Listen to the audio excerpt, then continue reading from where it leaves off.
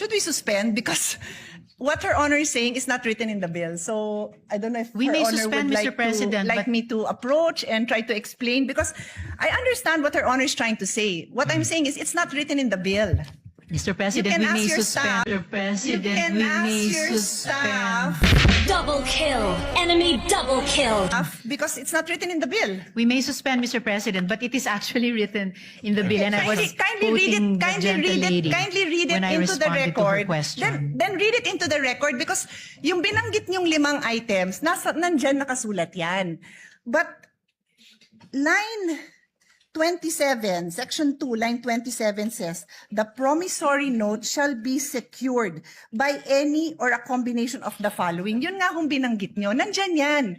But it says a promissory note will be secured. My question was, paano mabubuhay ang mga ospital kung wala ng promissory note? Hindi nyo pwedeng ibato ito kasi ito sabi, the promissory note will be secured by the following.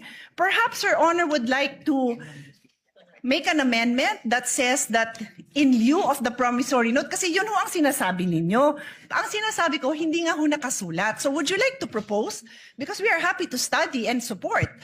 But hindi nga ho nakasulat yun. Yun lang naman ang puntos ko. Hindi pwede kasi yung intention natin, hindi klaro sa batas.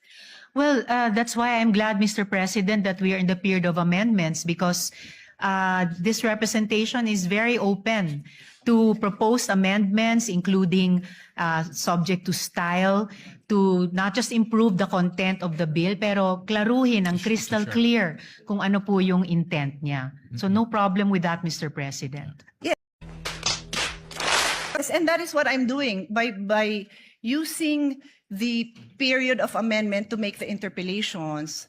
I am making it known to the sponsor that what she is saying is not in the bill. So I believe if yun po ang intention ng sponsor, then kayo po ang isulat nyo po yun kasi kayo ang nagsabing yun yung gusto nyong gawin eh. Di kayo po ang magsulat nun. And we will be happy to review it kasi hindi ko po amendment yun. Ako yung nagtatanong kung ano ang gagawin ng ospital kung wala siyang promissory note. So sabi nyo ito. So tinatanong ko saan nakasulat yun.